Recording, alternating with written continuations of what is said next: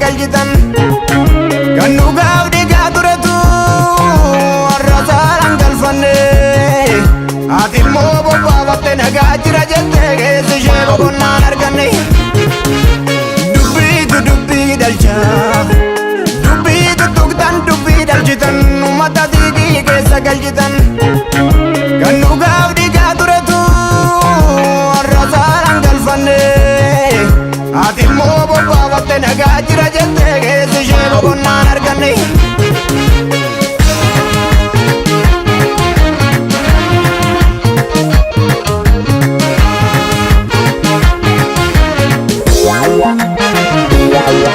qalbiin diinaa kaleessa nu murte cubaa dhiiga keenya hordofte arras nu biraa namne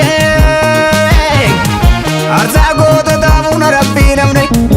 akka deemsa yeetii silaa yoo nagaata dhuguu qabne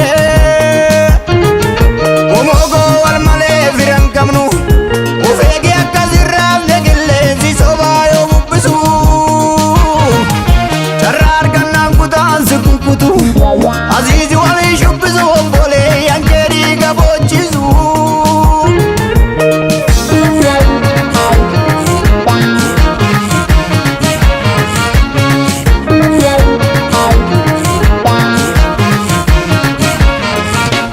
lallaba gowwaa firatu kaana ni waama deebiin dhaggeeffatu lallaba gowwaa firatu kaana adda kutu deebiin dhaggeeffatu lakkisaan kaasu omoogoo dadammaqni maqaan kee kun nama baasu lakkisaan kaasu omoogoo dadammaqni maqaan kee kun nama baasu barwaa hundi irra dibaa gubbaa jalakkisaa keessa milchaanne borsi dibaa hin fudhatin irra dibaa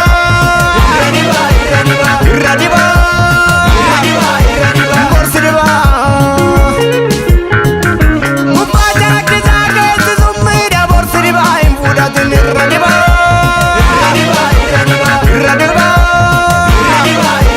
borsi dibaa obsineerra obsineerra obsineerra obsineerra obsoorsa keessa darbee garbara fakkaatu of eeggadhu galeessaa sotoo tuffattu kan teessumatti jibbite lafaa kaatee sitti sirbite obsineerra obsineerra obsineerra obsineerra obsoorsa keessa darbee garbara fakkaatu of eeggadhu galeessaa sotoo tuffattu kan teessumatti jibbite lafaa kaatee sitti sirbite barwaa hundirra dibaa beengaa taphatana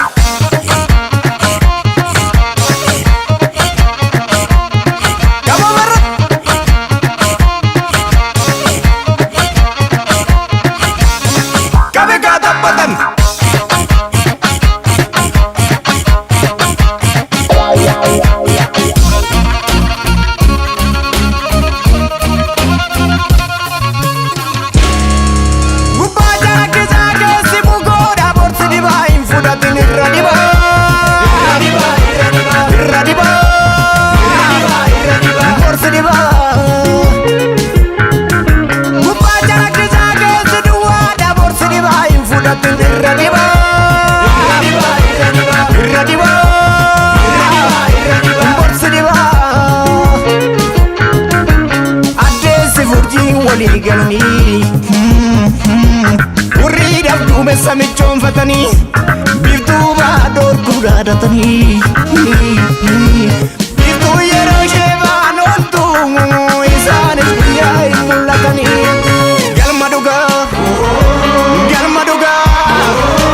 galma dhugaa ijaarsi isaa ulfaatu